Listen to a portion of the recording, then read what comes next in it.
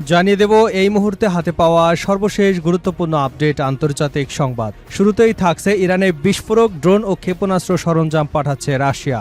যুক্তরাষ্ট্র ইসরায়েলি বিমান হামলায় ইরানের অস্ত্র ভান্ডার ব্যাপকভাবে ক্ষতিগ্রস্ত হয়। যুক্তরাষ্ট্র ইসরায়েলের সাম্প্রতিক হামলায় ইরানের অস্ত্রর মজুত উৎপাদন ক্ষমতা ক্ষতিগ্রস্ত হবার পর এই ঘাটতি পূরণের জন্যই রাশিয়া এ সরঞ্জাম পাঠাচ্ছে। এবারে জানাবো ইসরায়েল রাষ্ট্র হিসেবে অস্তিত্ব হারানোর ঝুঁকিতে রয়েছে রুশ জেনারেল। মধ্যপ্রাচ্যে চলমান সংঘাত আরও তীব্র হলে ইসরায়েল রাষ্ট্র হিসেবে নাও টিকতে পারে বলে মন্তব্য করেছেন রাশিয়ার লেফটেন্যান্ট জেনারেল আবদি আলাউদ্দিনভ। রুশ বার্তা সংস্থা তাসকে দেওয়া এক সাক্ষাৎকারে তিনি এ মন্তব্য করেন। জানাবো সিরিয়ায় হামলাকে কেন্দ্র করে ইসরায়েলের সঙ্গে তুরস্কের উত্তেজনার শঙ্কা। সিরিয়ায় ইসরায়েলি হামলাকে কেন্দ্র করে তুরস্কের সঙ্গে উত্তেজনা আরও বাড়তে পারে বলে সতর্ক করেছেন সিরিয়া বিষয়ক মার্কিন বিশেষ দূত থমাস বারাক। মঙ্গলবার রয়টার্সকে দেওয়া এক সাক্ষাৎকারে তিনি বলেন, সিরিয়ার কোনো সামরিক ঘাঁটিতে এ ধরনের হামলা হলে সেখানে তুরস্কের সামরিক উপস্থিতি আরও বাড়তে পারে। এদিকে ইরানি হামলায় কিভাবে ক্ষতিগ্রস্ত হল মার্কিন রণতরী আব্রাহাম লিঙ্কন। ইরানের সঙ্গে চলমান যুদ্ধে সরাসরি ক্ষেপণাস্ত্রের আঘাতে নয়, বরং গুরুত্বপূর্ণ সরবরাহ ব্যবস্থা ধ্বংস হওয়ায় সমস্যায় পড়েছে মার্কিন বিমানবাহী রণতরী ইউএসএস আব্রাহাম লিঙ্কন। যুদ্ধ শুরুর প্রথম দিন থেকে রণতরীটির সরবরাহ ব্যবস্থায় সংকট দেখা দেয়। এবারে থাকছে সাময়িক বিরতি নয়, যুদ্ধের অবসান চায় ইরান। ইরান সাময়িক যুদ্ধবিরতি নয়, চলমান যুদ্ধের স্থায়ী অবসান চায় বলে জানিয়েছেন দেশটির পররাষ্ট্রমন্ত্রী আব্বাস আরাকচি। ইরানের রাষ্ট্রীয় টেলিভিশনকে দেওয়া এক সাক্ষাৎকারে তিনি একথা বলেন। পরে বুধবার এ খবর প্রকাশ করেছে আল জাজিরা। এবং সর্বশেষ জানাবো ইসরায়েলের বিরুদ্ধে আন্তর্জাতিক সম্প্রদায়কে ঐক্যবদ্ধ হওয়ার আহ্বান আরব লীগের। গাজায় যুদ্ধ বন্ধে প্রস্তাবিত শান্তি পরিকল্পনা বাস্তবায়নে ইসরায়েলের বিরুদ্ধে আন্তর্জাতিক সম্প্রদায়কে ঐক্যবদ্ধ ও দৃঢ় অবস্থান নেওয়ার আহ্বান জানিয়েছেন আরব লীগের মহাসচিব নাবিল ফাহিম। তিনি বলেছেন, ইসরায়েলের বর্তমান অবস্থান মধ্যস্থতার প্রচেষ্টা বাধাগ্রস্ত করছে এবং গাজার সংকট দীর্ঘায়িত করছে। এতক্ষণ শুনছিলেন শিরোনাম, এবার থাকছে পুরো সংবাদ। দর্শক, অনুরোধ থাকবে ভিডিওতে একটি লাইক দিন, কমেন্টস করে জানিয়ে দিন এই ভিডিওটি আপনি কোন জেলা থেকে দেখছেন এবং শুনছেন। ইরান, ইসরায়েল, ফিলিস্তিনি যুক্তরাষ্ট্র যুদ্ধে আপনি যদি মুসলিমদের সাপোর্ট করে থাকেন তাহলে চ্যানেলটি সাবস্ক্রাইব করে বেল আইকনটি বাজিয়ে রাখুন। ইরানে বিস্ফোরক ড্রোন এবং ক্ষেপণাস্ত্র সরঞ্জাম পাঠাচ্ছে রাশিয়া। যুক্তরাষ্ট্র ইসরায়েলের বিরুদ্ধে যুদ্ধে ইরানকে শক্তিশালী করতে বিস্ফোরক ড্রোন এবং ক্ষেপণাস্ত্র সরঞ্জাম পাঠাচ্ছে রাশিয়া। যুক্তরাষ্ট্র ও ইসরায়েলি বিমান হামলায় ইরানের অস্ত্র ভান্ডার ব্যাপকভাবে ক্ষতিগ্রস্ত হয়। যুক্তরাষ্ট্র ইসরায়েলের সাম্প্রতিক হামলায় ইরানের অস্ত্রের মজুত এবং উৎপাদন সক্ষমতা ক্ষতিগ্রস্ত হবার পর ঘাটতি পূরণে এসব সরঞ্জাম পাঠানো হচ্ছে। এনবিসি নিউজের হাতে আসা একজন পশ্চিমা কর্মকর্তা যাচাই করা একটি ইউরোপীয় সরকারি নথিতে এমন দাবি করা হয়েছে। এনবিসি নিউজের প্রতিবেদনে বলা হয়, রাশিয়ার 2 ডজনেরও বেশি জাহাজ ক্যাসপিয়ান সাগর পাড়ি দিয়ে ইরানের আমিরাবাদ বন্দরে সামরিক সরঞ্জাম পৌঁছে দিয়েছে। এসব জাহাজের অনেকগুলোকেই যুক্তরাষ্ট্র এবং ইউরোপের নিষেধাজ্ঞার আওতায় রয়েছে। সাবেক সিআইএ বিশ্লেষক জিম ল্যামসনের মতে, রাশিয়া থেকে ড্রোনের যন্ত্রাংশ, ছোট অস্ত্রের গোলাবারুদ সংগ্রহের বিষয়টি ইঙ্গিত করে যে ইরানের এসব সরঞ্জাম উৎপাদনকারী স্থাপনাগুলোতে যুক্তরাষ্ট্র ও ইসরায়েলের হামলা দেশটির নিজস্ব উৎপাদন সক্ষমতাকে উল্লেখযোগ্যভাবে দুর্বল করেছে। তিনি বলেন, ইরানের রুশ সরবরাহের উপর নির্ভরশীলতা থেকে বোঝা যায় দেশটির নিজস্ব উৎপাদন ব্যবস্থা এখন আগের মতো কার্যকর নেই। সামরিক সরঞ্জাম পরিবহনে ব্যবহৃত রুশ জাহাজগুলো মেরিটাইম কোম্পানি এমজি ফ্লটের মালিকানাধীন বলে জানা গেছে।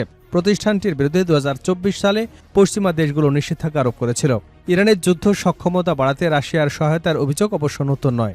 এর আগে ইরানের বিরুদ্ধে রাশিয়ায় ড্রোন পাঠানোর অভিযোগ ওঠে। ইউক্রেন যুদ্ধে বহু বছর ধরে ইরানের তৈরি শাহেদ আত্মঘাতী ড্রোন ব্যবহার করে আসছে রাশিয়া। পরবর্তীতে রুশ প্রযুক্তি এবং পরিবর্তনের মাধ্যমে এসব ড্রোনের সক্ষমতা আরও বাড়ানো হয়েছে। বিশ্লেষকদের মতে, রাশিয়া ও ইরানের মধ্যে সামরিক সহযোগিতা ক্রমেই গভীর হচ্ছে। 2022 সালে ইউক্রেন রাশিয়ার আগ্রাসন শুরুর পর ইরানও মস্কোকে ড্রোনসহ বিভিন্ন সামরিক সরঞ্জাম দিয়ে সহায়তা করেছিল। তবে রাশিয়া ইরানকে ঠিক কত পরিমাণ সামরিক সরঞ্জাম দিয়েছে তা এখনো স্পষ্ট নয়। ক্রেমলিন বরাবরই এ ধরনের অভিযোগকে ভুয়া খবর বলে প্রত্যাখ্যান করে আসছে। ইসরায়েল রাষ্ট্র হিসেবে অস্তিত্ব হারানোর ঝুঁকিতে রয়েছে রুশ জেনারেল। মধ্যপ্রাচ্যে চলমান সংঘাত আরও তীব্র হলে ইসরায়েল রাষ্ট্র হিসেবে টিকতে নাও পারে বলে মন্তব্য করেছেন রাশিয়ার লেফটেন্যান্ট জেনারেল আবদি আলাউদ্দিনভ। রুশ বার্তা সংস্থা তাসকে দেওয়া সাক্ষাৎকারে তিনি এ মন্তব্য করেন। বুধবার তাসের এক প্রতিবেদনে সাক্ষাৎকারটি প্রকাশ করা হয়। রুশ সশস্ত্র বাহিনীর প্রধান, সামরিক রাজনৈতিক বিভাগের উপপ্রধান এবং আকমাদ বিশেষ বাহিনীর কমান্ডার আলাউদ্দিনভ বলেন, মধ্যপ্রাচ্যের যুদ্ধ আরও বিস্তৃত হওয়ার আশঙ্কা রয়েছে। তার দাবি, সংঘাতকে সর্বোচ্চ পর্যায়ে নিয়ে গিয়ে যুক্তরাষ্ট্র ও পুরো ন্যাটো জোটকে যুদ্ধে জড়িয়ে ফেলাই ইসরায়েলের মূল লক্ষ্য। তিনি বলেন, ইসরায়েল এ ধরনের পরিস্থিতি তৈরিতে দক্ষ হলেও শেষ পর্যন্ত তারা নিজেদের সামরিক সক্ষমতাকে অতি মূল্যায়ন করতে পারে এবং এর পরিণতিতে রাষ্ট্র হিসেবে অস্তিত্ব হারানোর পরিস্থিতি তৈরি হতে পারে। আলাউদ্দিনের এই মন্তব্য অবশ্য তার ব্যক্তিগত মূল্যায়ন হিসেবে এসেছে। রাশিয়া বা অন্য কোনো দেশের আন্তর্জাতিক সংস্থার পক্ষ থেকে ইসরায়েলের রাষ্ট্র হিসেবে বিলুপ্তির বিষয়ে কোনো আনুষ্ঠানিক পূর্বাভাস দেওয়া হয়নি। তাসের প্রতিবেদনে বলা হয়েছে, 28 ফেব্রুয়ারি যুক্তরাষ্ট্র ও ইসরায়েল ইরানের বিরুদ্ধে সামরিক অভিযান শুরু করে।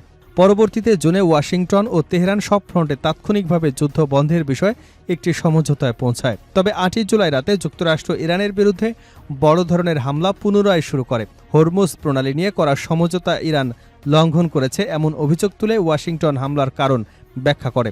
এরপর 2 আগস্ট মার্কিন প্রেসিডেন্ট ডোনাল্ড ট্রাম্প জানান, ইরানের সঙ্গে একটি চুক্তিতে পৌঁছানোর লক্ষ্যে তিনি দেশটির বিরুদ্ধে পরিকল্পিত বড় ধরনের হামলা স্থগিত করার সিদ্ধান্ত নিয়েছেন।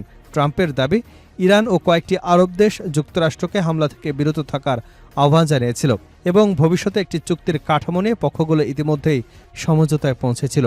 কিন্তু রুশ জেনারেলের অনুমান অনুযায়ী এই যুদ্ধ সহসা শেষ হবে না। মধ্যপ্রাচ্য উত্তেজনা বাড়াতে ইসরায়েল নতুন কিছু করতে যাচ্ছে। সিরিয়ায় হামলাকে কেন্দ্র করে ইসরায়েলের সঙ্গে তুরস্কের উত্তেজনার শঙ্কা। সিরিয়ায় ইসরায়েলি হামলাকে কেন্দ্র করে তুরস্কের সঙ্গে উত্তেজনা আরও বাড়তে পারে বলে সতর্ক করেছেন সিরিয়া বিষয়ক মার্কিন বিশেষ দূত থমাস বারাক। মঙ্গলবার রয়টার্সকে দেওয়া এক সাক্ষাৎকারে তিনি বলেন, সিরিয়ার কোনো সামরিক ঘাঁটিতে এ ধরনের হামলা হলে সেখানে তুরস্কের সামরিক উপস্থিতি আরও বাড়তে পারে। এর আগে মঙ্গলবার আবু আল দুহর বিমান ঘাঁটিতে ইসরায়েলি বাহিনী হামলা চালায়। রানওয়ে সংস্কারের কাজ দেখতে তুরস্কের একটি সামরিক প্রতিনিধি দল ঘাঁটিটি পরিদর্শনের পরেই হামলা চালানো হয়। ইসরায়েলের দাবি, সিরিয়ার বিমান ঘাঁটিতে তুরস্কের সেনা মোতায়েনের সুযোগ ভালোভাবে নিচ্ছে না তারা। এর প্রতিক্রিয়ায় হামলা হয়েছে বলে ইঙ্গিত দিয়েছে ইসরায়েল। এ বিষয়ে মার্কিন বিশেষ দূত থমাস বারাক বলেন, হামলার আগে তুরস্ককে সতর্ক করা হয়নি, ফলে প্রতিক্রিয়া হিসেবে তুরস্ক ইসরায়েলের বিরুদ্ধে সামরিক পদক্ষেপ নিতে পারত বলেও মন্তব্য করেন তিনি। একই সময়ে সিরিয়ার দ্বারা অঞ্চলের একটি গ্রামের কাছে গোলাবর্ষণের খবর পাওয়া গেছে। মার্কিন এই দূত বলেন, পরিস্থিতি নিয়ন্ত্রণে ইসরায়েল, সিরিয়া ও তুরস্কের মধ্যে একটি সমন্বয় বা ডিকনফ্লিকশন ব্যবস্থা জরুরি। ভবিষ্যতে ভুল বোঝাবুঝি এড়াতে যুক্তরাষ্ট্র এমন একটি ব্যবস্থা প্রতিষ্ঠার জন্য কাজ করছে। তার মর্মে এই মুহূর্তে উত্তেজনা কমানো এবং আরও সংযুক্ত পদক্ষেপের সুযোগ তৈরি করাই অগ্রাধিকার। এর আগে আবু আল দুহুর বিমান ঘাঁটিতে ইসরায়েলি হামলার খবরে গভীর উদ্বেগ প্রকাশ করে বারাক। এটিকে অপ্রয়োজনীয় উত্তেজনা বৃদ্ধি বলেও মন্তব্য করেন তিনি। এরপর ইসরায়েলের প্রধানমন্ত্রী বেনিয়ামিন নেতানিয়াহুর কার্যালয় এক বিবৃতিতে হামলার বিষয়টি কার্যত নিশ্চিত করে। বিবৃতিতে বলা হয়, নিরাপত্তা বিষয়ে ইসরায়েল এবং সিরিয়ার মধ্যে একটি বিদ্যমান অবস্থা বজায় রাখার সমঝোতা ছিল, কিন্তু সিরিয়া আলেপোর কাছে একটি বিমান ঘাঁটিতে তুরস্কের সেনা মোতায়েনের সুযোগ দিয়ে সেই অবস্থান প্রায় লঙ্ঘন করেছে। ইসরায়েলের দাবি, এ ধরনের তুর্কি মোতায়েন তাদের নিরাপত্তার জন্য হুমকি সৃষ্টি করতে পারে এবং সিরিয়াকে এ বিষয়ে একাধিকবার সতর্ক করা হয়েছিল। তবে সিরিয়ার সতর্কতা উপেক্ষা করায় ইসরায়েল নিজেদের নিরাপত্তার জন্য হুমকি মেনে নেবে বলে জানিয়েছে। রাতে সিরিয়ার ইদলিব প্রদেশের পূর্বাঞ্চলে অবস্থিত আবু আল দুহার সামরিক বিমান ঘাঁটিতে হামলা চালানো হয়। বিভিন্ন প্রতিবেদনে বলা হয়েছে, 4টি বিমান দিয়ে ঘাঁটির রানওয়ে সংরক্ষণকাল লক্ষ্য করে হামলা চালানো হয়েছে। সিরিয়া এ হামলার জন্য ইসরায়েলকে দায়ী করেছে। ইরানি হামলায় কিভাবে ক্ষতিগ্রস্ত হল মার্কিন রণতরী আব্রাহাম লিঙ্কন। ইরানের সঙ্গে চলমান যুদ্ধে সরাসরি ক্ষেপণাস্ত্রের আঘাতে নয়, বরং গুরুত্বপূর্ণ সরবরাহ ব্যবস্থার সমস্যায় পড়েছে মার্কিন বিমানবাহী রণতরী ইউএসএস আব্রাহাম লিঙ্কন। যুদ্ধ শুরুর প্রথম দিন থেকেই রণতরীটির সরবরাহ ব্যবস্থায় সংকট দেখা দেয়। নিউ ইয়র্ক টাইমসের এক প্রতিবেদনে বলা হয়েছে, ইরানের ছোড়া ক্ষেপণাস্ত্র ও ড্রোন বাহরাইনে অবস্থিত একটি মার্কিন নৌঘাঁটিতে আঘাত হানে। ইরানের উপর যুক্তরাষ্ট্র এবং ইসরায়েলের হামলার পাল্টা জবাব হিসেবে চালানো ওই হামলায় ঘাঁটির একটি বড় অংশ ধ্বংস হয়ে যায়। এর ফলে কয়েক দশক ধরে মার্কিন নৌবাহিনীর যে গুরুত্বপূর্ণ লজিস্টিক কেন্দ্রটি ব্যবহার করে আসছিল সেটি অকার্যকর হয়ে পড়ে। ওই ঘাঁটিটি ছিল উপসাগরীয় অঞ্চলে মোতায়েন মার্কিন নৌবাহিনীর জন্য গুরুত্বপূর্ণ সরবরাহ কেন্দ্র। যুদ্ধ বিমানগুলোকে নিয়মিত হামলা চালানোর জন্য প্রয়োজনীয় জ্বালানি, খাবার, অন্যান্য সরঞ্জাম সরবরাহের ঘাঁটিটি গুরুত্বপূর্ণ ভূমিকা ছিল। ঘাঁটিটি ধ্বংস হবার পর আব্রাহাম লিঙ্কন সহ মার্কিন নৌবাহিনীর যুদ্ধ জাহাজগুলোতে সরবরাহ ব্যবস্থা সচল রাখতে বিকল্প পরিকল্পনা নিতে হয় পেন্টাগনকে। এরই অংশ হিসেবে ভারত মহাসাগরের দিকে দিয়েগো সার্গিয়ায় অবস্থিত ব্রিটিশ নিয়ন্ত্রিত একটি ঘাঁটিকে বিকল্প সরবরাহ কেন্দ্র হিসেবে ব্যবহার করা হচ্ছে। দিয়েগো গার্সিয়া মালদ্বীপের দক্ষিণে অবস্থিত এবং আব্রাহাম লিঙ্কন সহ 2টি মার্কিন বিমানবাহী রণতরী স্ট্রাইক গ্রুপ বর্তমানে সেখানে অভিযান পরিচালনা করছে।